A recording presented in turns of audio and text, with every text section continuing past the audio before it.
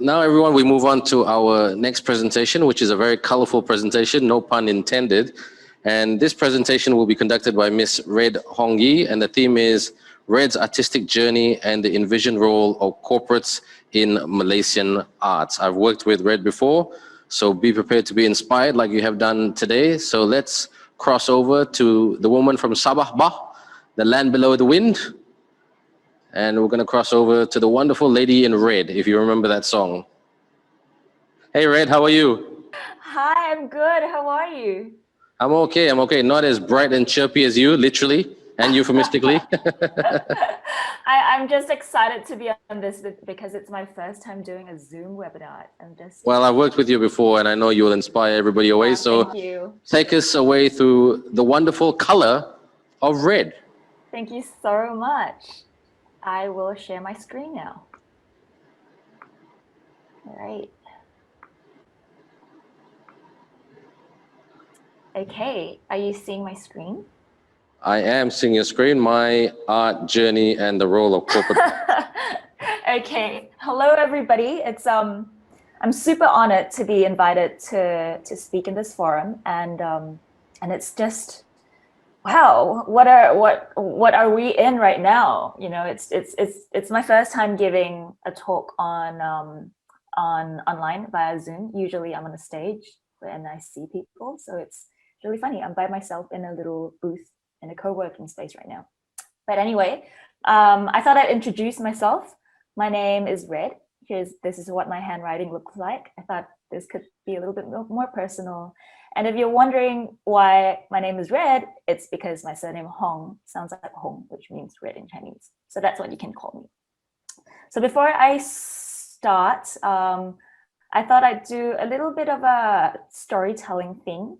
And that is to share what it was like growing up loving art. So this is me, and I drew this on Instagram stories, just quick doodles. So yeah, I'll read you a story. So it goes, hi, I am 7-year-old Red. I can draw. I've always known that this was what I was better at, and I flaunted it in school. But there was a boy in my class called Tom who I really was very annoyed by. I felt he couldn't draw, but he would come up to me and go, I can draw too. And he would show me these squiggly doodles. And they came in school when I was chosen to represent my school for an art competition. And Tom really wanted to join too. So he came along and I thought, LOL, he's not going to do very well. So the title of the competition the theme was draw your favorite animal. And I thought, I'm just going to draw this Easter bunny holding an Easter basket, and it's going to have a floppy ear and all that. So from memory, this was how it looked like.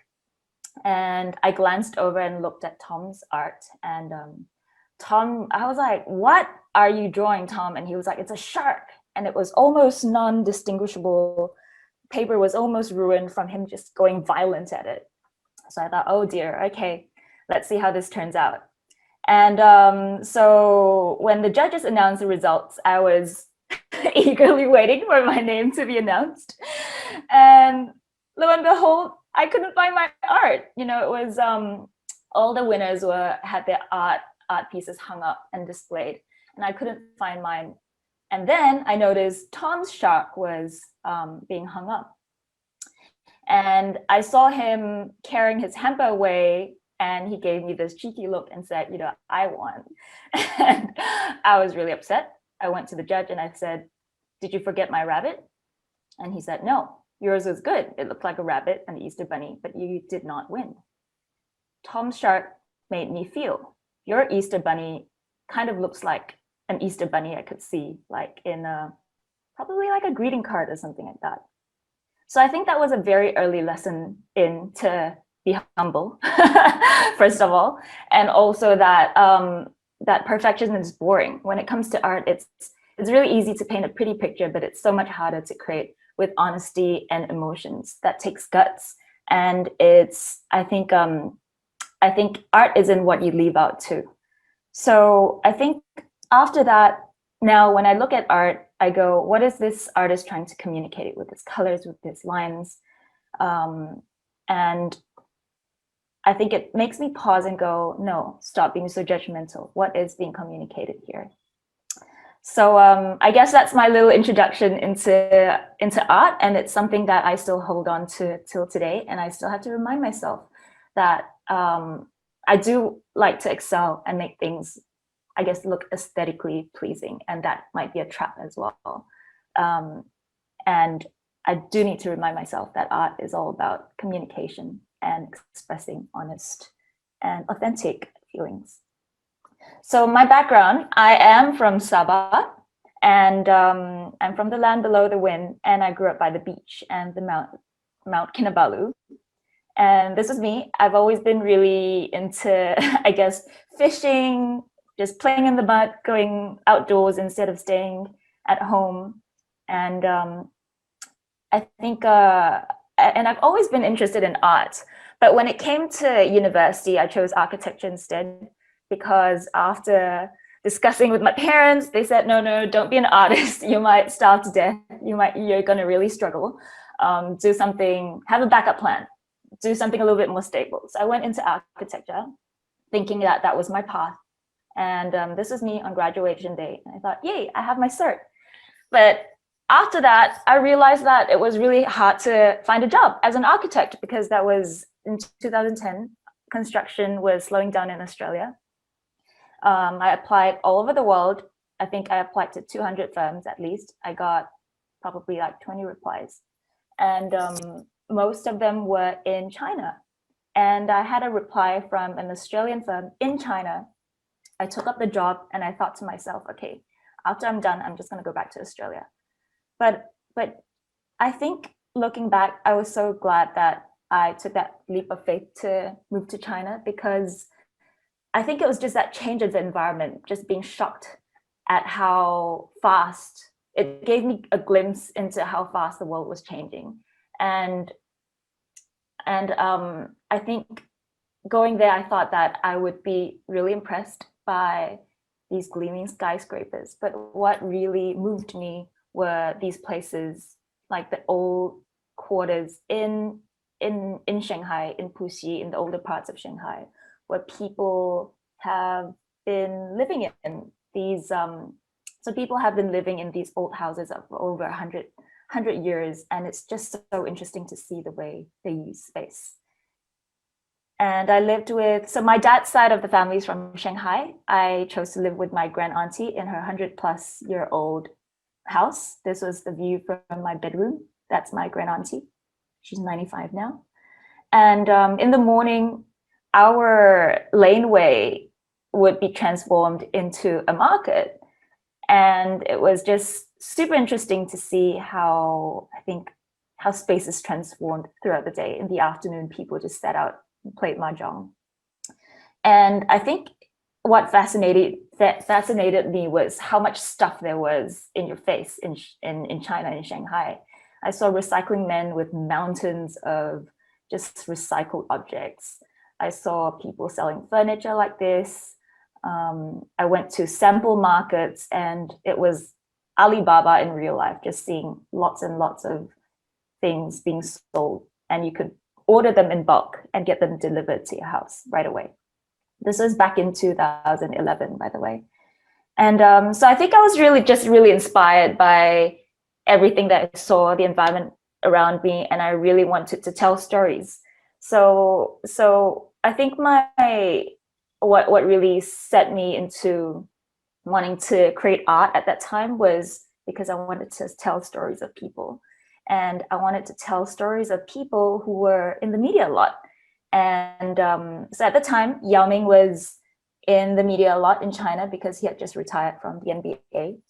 And I thought it'd be fun to just, instead of using a conventional tool like a paintbrush, I would just throw that away and do, I guess, create art a little bit differently, because I felt that, you know, since my environment was changed, I mean, I went to a new environment, I wanted to change things up a little bit. So I took a basketball and I thought, all right, I'm going to choose objects that have a connection with the portrait I was painting. And so I dipped a basketball in red paint and then dribbled it all around and created a portrait of Yao Ming. And if you want to see this video of my process, you could go to my YouTube channel. I won't show it here. I'm a little bit embarrassed about it. It's a 2-minute long video that I posted online on YouTube. And before, I think when I posted it, it was just an innocent kind of, oh, I want to share this with my friends. And then I think eventually I saw that friends started sharing it with their friends and friends with their friends and so on. And 2 weeks later, out of the blue, I think I just saw views go up like crazy. I woke up to 200,000 views and it went to 500,000 and so on and so forth. And I had comments from all around the world. The video was shared on Gizmodo, CNN, NBC, NBA.com, etc. And it was both exciting but nerve-wracking at the same time to be scrutinized and to be discussed, I think, to have my work discussed. But this was back in 2011. I think if I posted something like this today, it probably wouldn't spread like that. It would probably be very different. So I think context matters in terms of the way we post our work, the way we share our work. But yeah, at the time, I think I suddenly had a small following my work, and that was exciting. So I continued creating more portraits. The second portrait was, so I continued in exploring various materials, and I thought coffee would be an interesting material. I drink a lot of coffee, and I thought Jay Chou would be a person that I could paint because he has a song called 不能说的秘密, and it starts with him drinking a cold cup of coffee, thinking about his ex-girlfriend. So I experimented with coffee, and I noticed that coffee cup stains were kind of interesting when I layered them just in different kind of, I guess, coffee intensity. Different tones would appear. And so I think after a bit of experimenting, I studied Jay Chou's portraits, studied where the shadows fall, where the lights fall, and then did a portrait of him. So I'm gonna play a video of me, of my process of making that portrait. It might be a little bit blurry. And at the time, I filmed everything myself with a cheap video camera. And yeah, so I thought I'd show you. This was done in 2012.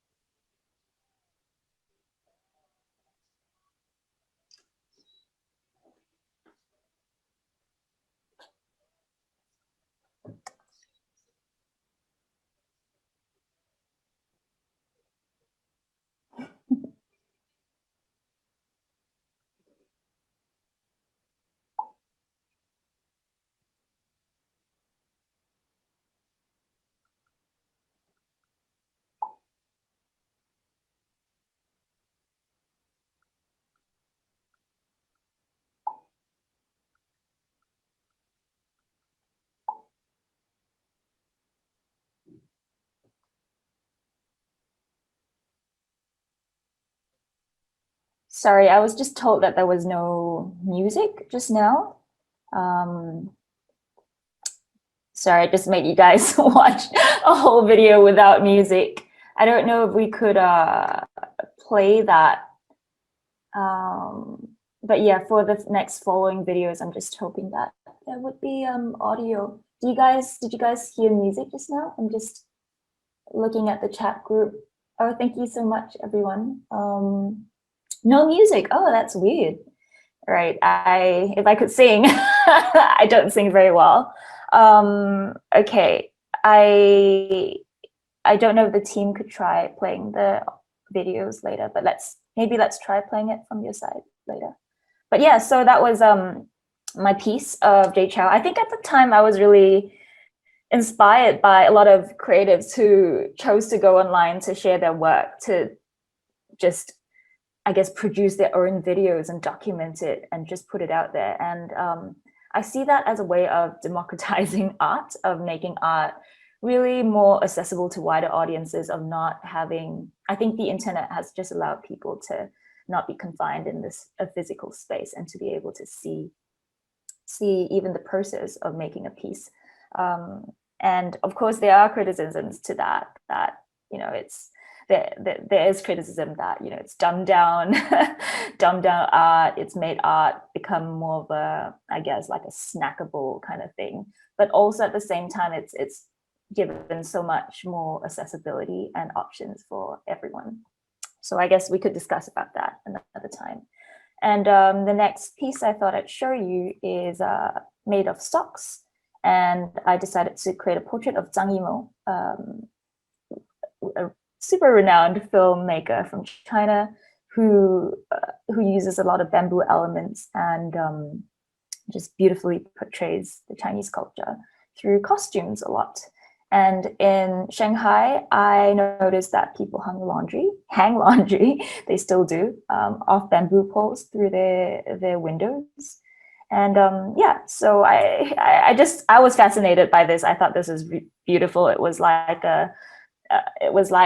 seeing an art installation everywhere you go in these little laneways. And I remember taking photos on that photo on the right, and the lady ran out and she was really angry. And she said, "Why are you taking pictures of my underwear?" And I apologized to her. And then, so yeah, so I studied Zhang's work and wanted to create a piece that I guess honors his work. And I chose to use socks because they are the smallest garments I could find, and I was on a graduate salary at the time. I couldn't afford a lot of things.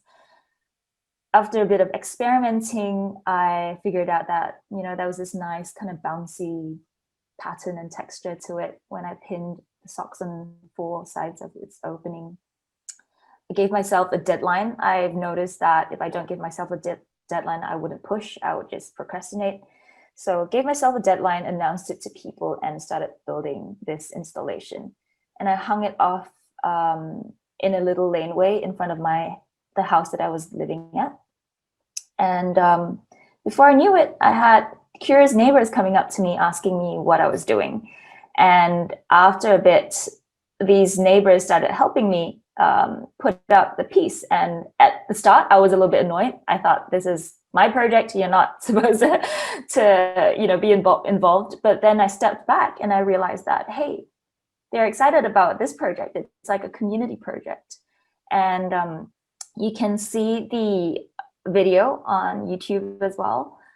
And I think what was really meaningful for me for this project was that I got to know the community living there, and they were excited to see what was going on. And it was through the conversations that I had with this 9-year-old girl up to my 90-plus-year-old neighbors that really, I think, was something that I will always remember. So one of the ladies here, the one with the leopard printed scarf, came up to me and said that, "You're so lucky to be able to create this right now at your age in this time." And I said, "What do you mean?" And she said that, "Well, I grew up in the Cultural Revolution, and at that time, everyone could only own 1 pair of socks and, you know, 1 jacket, same hairstyle, no makeup. And then I stepped back and I realized that I was probably being insensitive doing this in front of them. And she said, no, times have changed. This little girl here is experiencing something totally different now. She's looking at it with different lenses. But that made me realize that as much as I wanted to share my work, I had to also be sensitive to I guess, the people living there, and to really understand their culture and history and background more. And I think the next art piece that I'd like to show you is an artwork made of chopsticks. You guys might have seen this before. And I had an email come in one day that said that Jackie Chan likes your work. Jackie is my boss. I am his art director. Would you like to create a piece for him? And here is a video. Let's see if this works on the Chandana team's end. If you could play it. Let's try.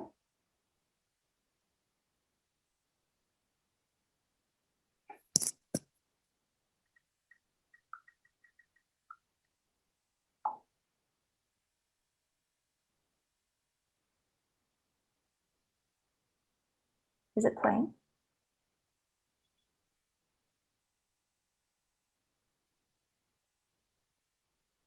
If it doesn't play, I can kind of skip and then just jump to show the piece.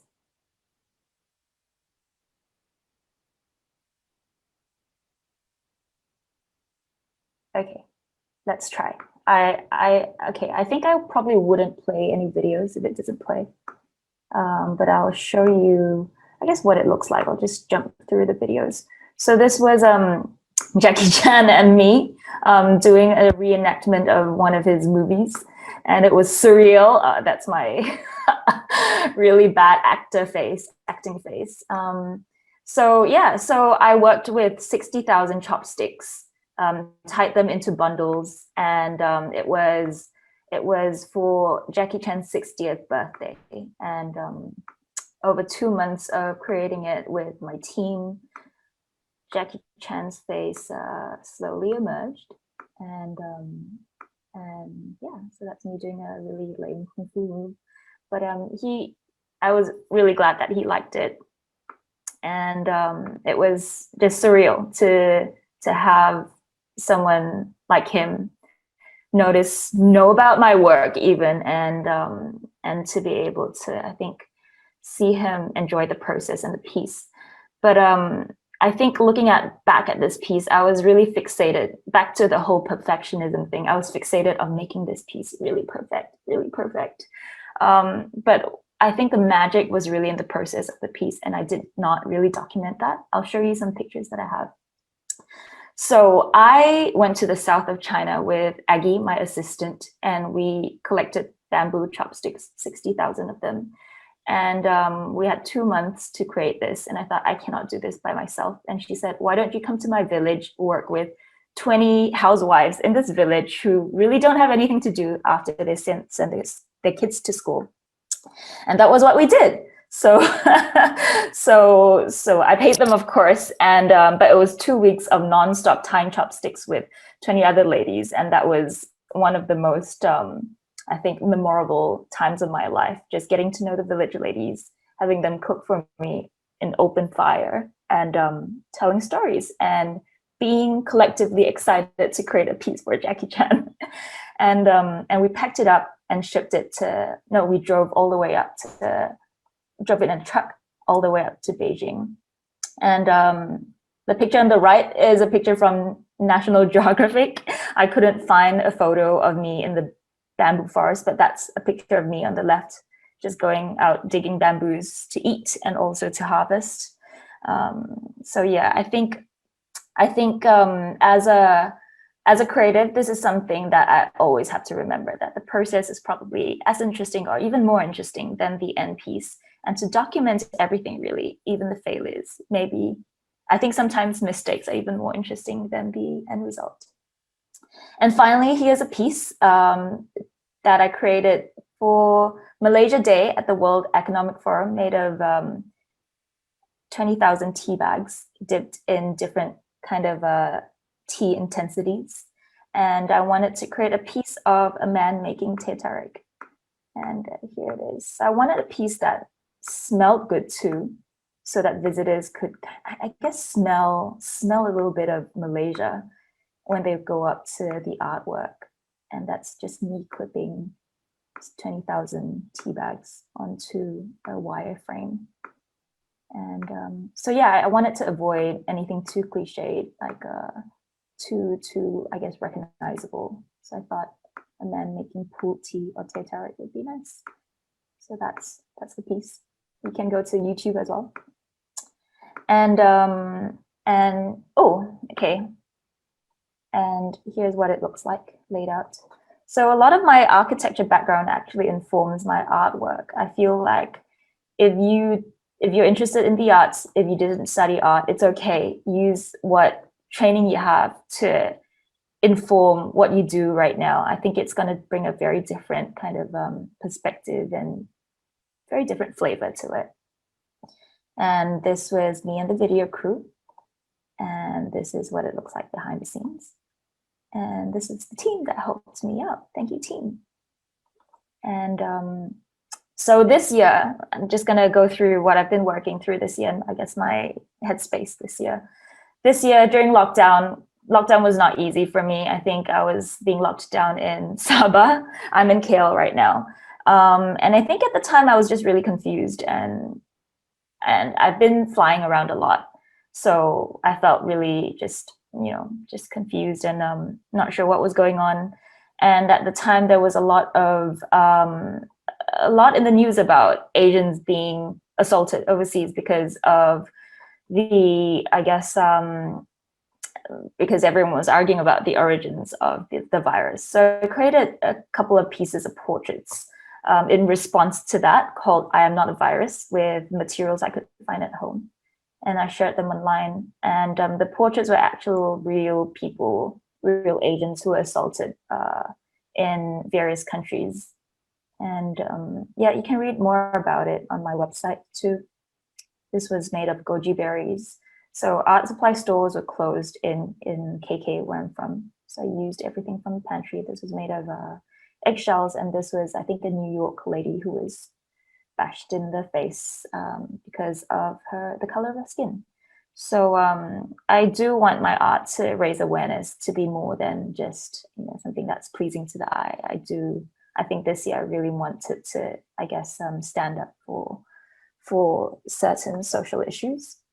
And I created a more permanent piece made of weaves of this series, and these are the 7 people that I chose to I guess, paint in charcoal.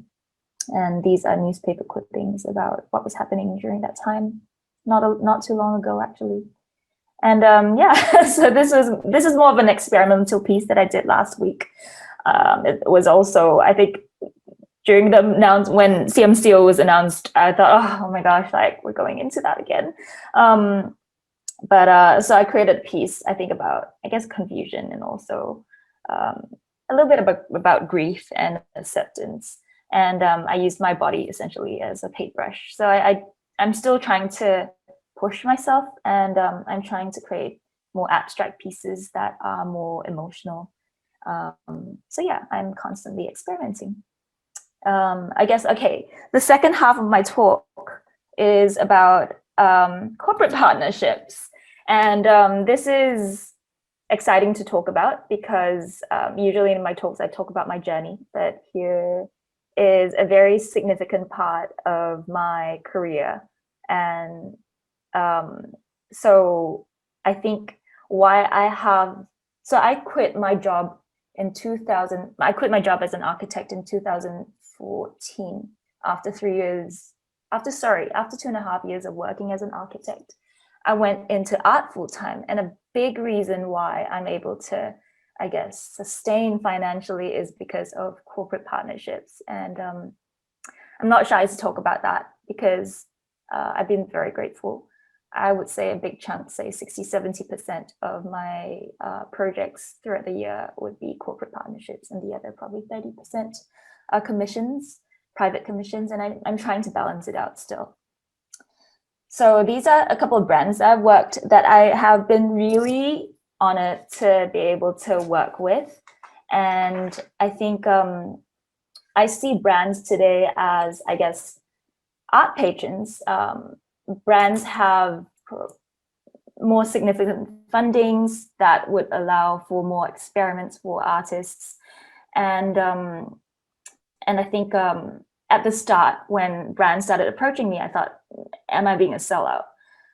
But I am also reminded that Henry Matisse back in the day took on a lot of commissions.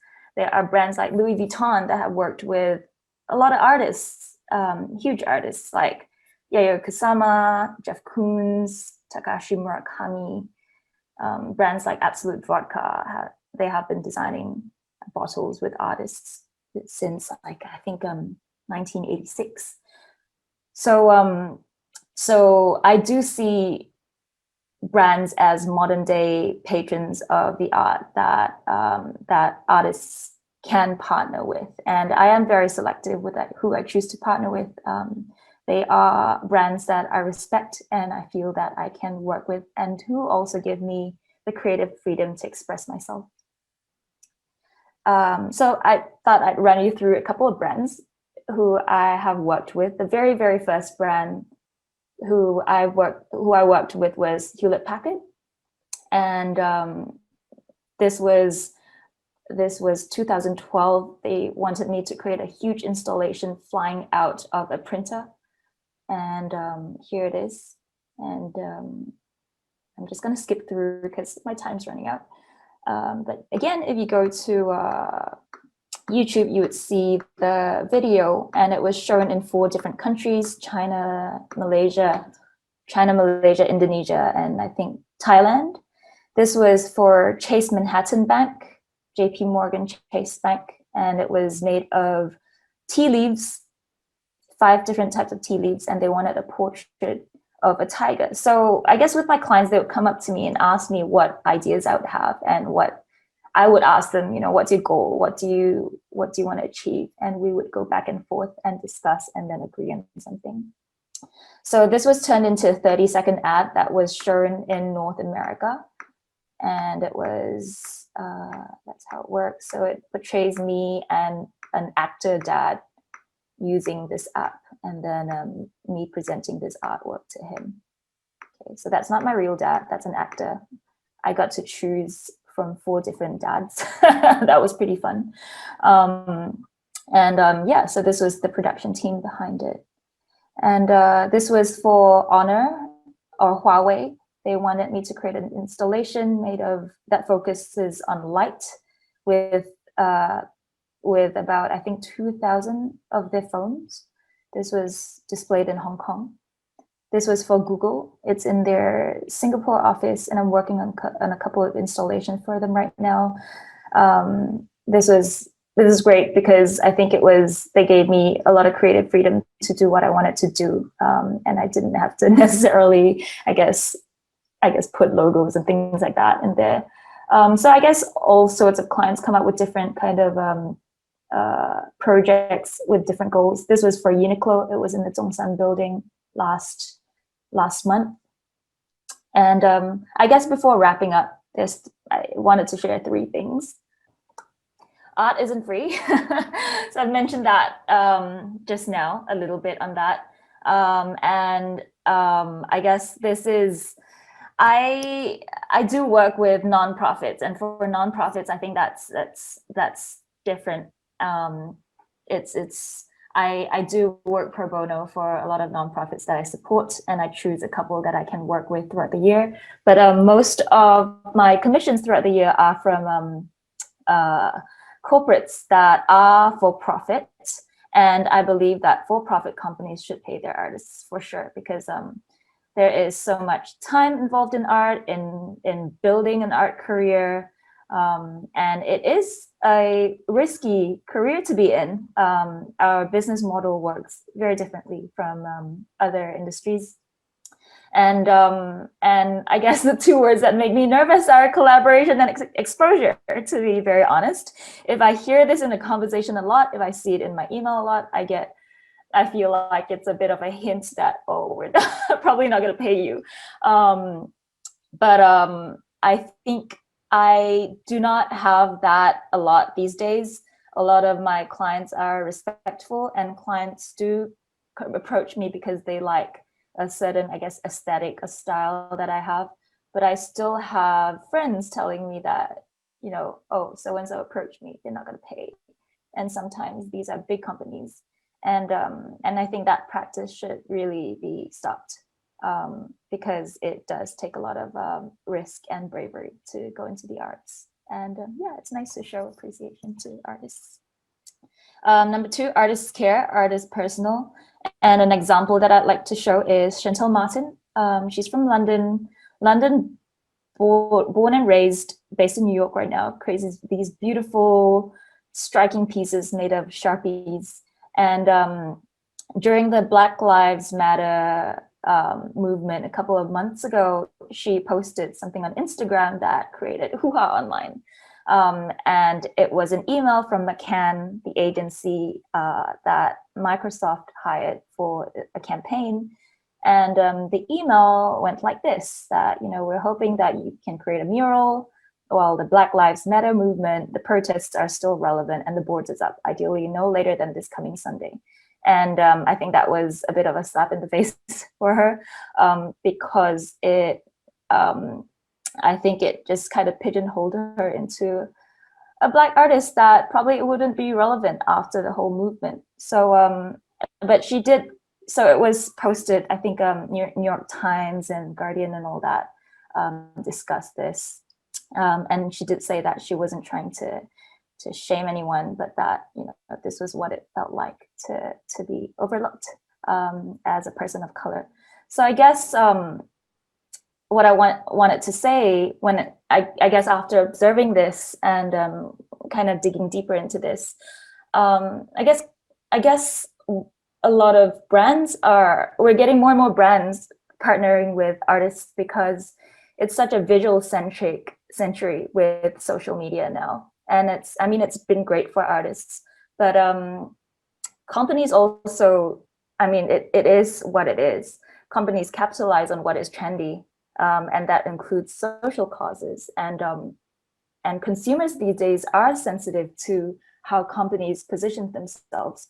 So I think what I wanted to say is that the motivation for change or for campaigns by companies should be really driven from a real and authentic place and a commitment to really want to change and not just tap into something that's trending. And I guess the last point I wanted to make was that there is power in belief. So this was me in 2012 working for an architecture firm called Hassel. And I think I have to credit why I think I decided to take the leap and get out of a full-time job, a secure full-time job, and go into the risky waters of the arts was because I had a great boss. So this is me working on, I think, a multi-story apartment project. But what I loved was on Fridays, there was this, I guess, culture in the company where 3 people had to present just 5 slides of what they like to do outside of work. And I think this just created a lot of interest, and it really bonded the whole company. And I think people were just supportive and curious about what everyone else was doing. And when my boss found out that I was creating these art pieces on the side, he generously actually funded this sock project. And my colleagues were excited to build it with me too. So this was after work. They helped me out. I couldn't pin 2,000 socks by myself, but I think I gave myself like a 1-week deadline. But I remember my boss, I think after I was approached by HewlettPackard, I did tell him that, you know, I was taking up a commission. Would it be okay? And he said, can I have a meeting with you? And I thought, oh my gosh, this is when he's gonna fire me. And so I sat in his office and he said, Rid, have you ever thought about giving this a go, like a real hard go?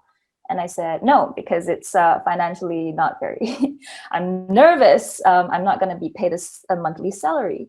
And he said that, you know, I have 2 daughters, and if you were my daughter, I would tell them to give this a try, because I see that you have that passion in you to create things a little bit differently, and you never know where it might bring you. And he said that if you are nervous about financial stability, of course, this was back in 2012. It's a bit different now in terms of landscape. He said that in 6 months' time, if it doesn't work out for you, you can come back to the office. And I think it was, yeah, I was just really grateful for that. He gave me that safety net. And also I think his belief in me made me believe in myself, that, oh, maybe if someone like him saw something in me, maybe I have something in me. So I took that leap of faith, and I never turned back. But we still, I still went back to the office after that. We still keep in touch. I should write him an email. It's been a while.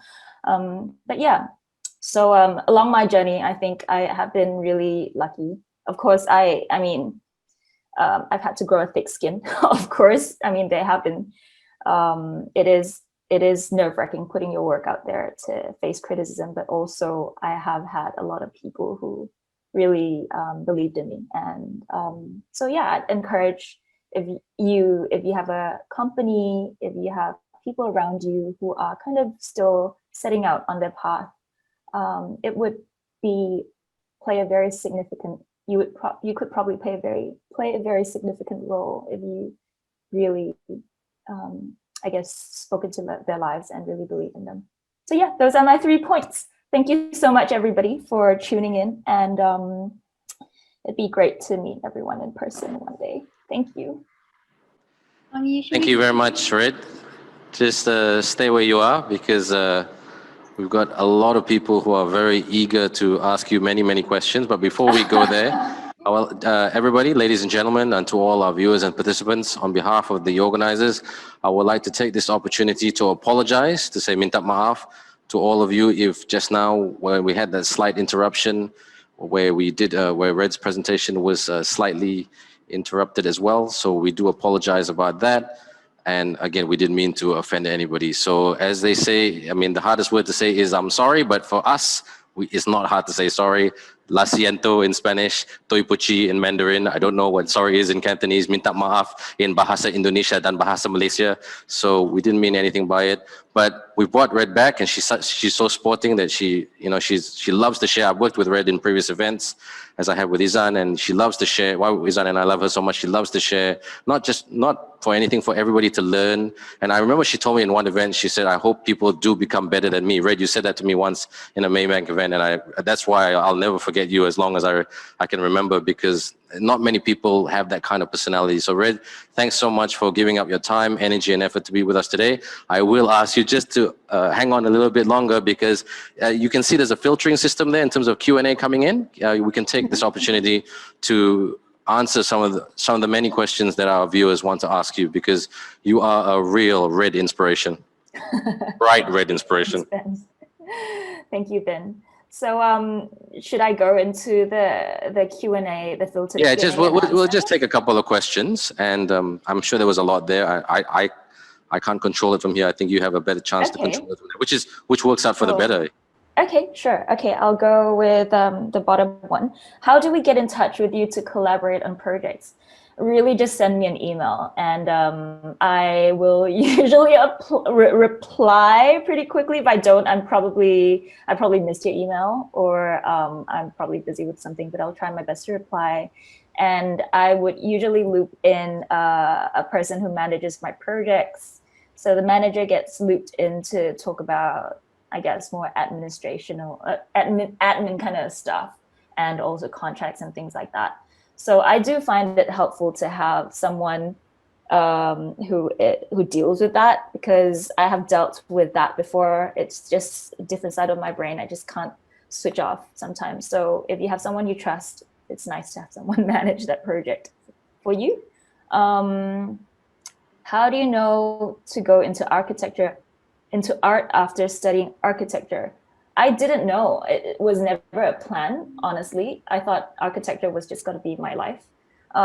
So I guess just plucking myself out from Australia at the time, I was very comfortable there.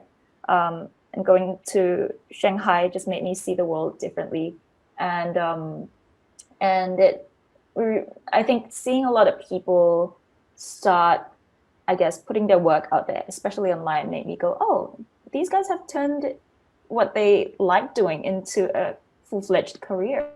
And I think it wasn't until getting commissioned that I went, oh, you actually pay for these things. So yeah, I guess it was a steep learning curve for me over the years, but I've managed to make it work, I guess.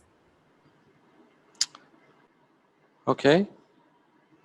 You want to take any more, or just? I think I see. Just take one, maybe one more. Yeah, one more question. Where are the? Oh, okay. I think those are the two questions. Okay. Yeah. Okay. So, like I mentioned earlier, everybody, this doesn't just apply for Red. If you do want to reach out to the speakers, come through us. Tell us, you know, in terms of which speaker you want to get in touch with. All the speakers have said to me today personally, they're quite happy to take the conversation offline. And I know Red quite well in the sense she's very open, like she said earlier. Send me an email. Yeah, just send me an email. Just send you an email. Make sure it's in context, of course, and everything's quite relevant to the conversation today. And she'll be more than, her and the speakers will be more than happy to help you out. So thank you so much again. Thank you so much, Ben. So thanks, Red. You take care, and we'll speak very soon. All right. See you. Bye. All right. Bye. Take care.